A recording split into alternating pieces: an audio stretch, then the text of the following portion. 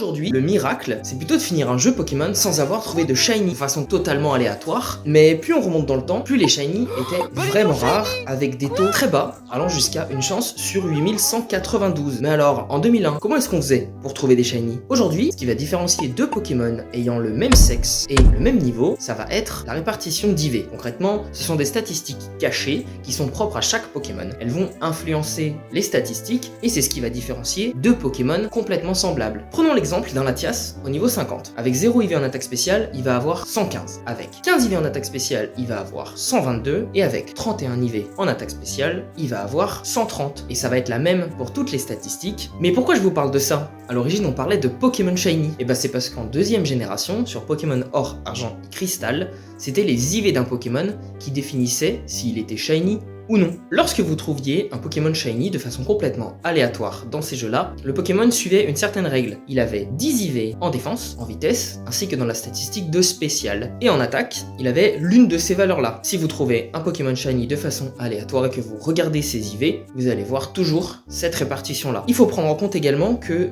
dans la deuxième génération, les IV allaient de 0 à 15. Ça nous donne une chance sur 8192. Et d'ailleurs, petit fun fact, si vous attrapez le Léviator rouge Shiny au lac Colère et que vous regardez ses IV, vous verrez qu'il possède 10 en spécial, en vitesse et en défense, et 14 en attaque, qui correspond à l'une des valeurs d'IV pour avoir un Pokémon Shiny.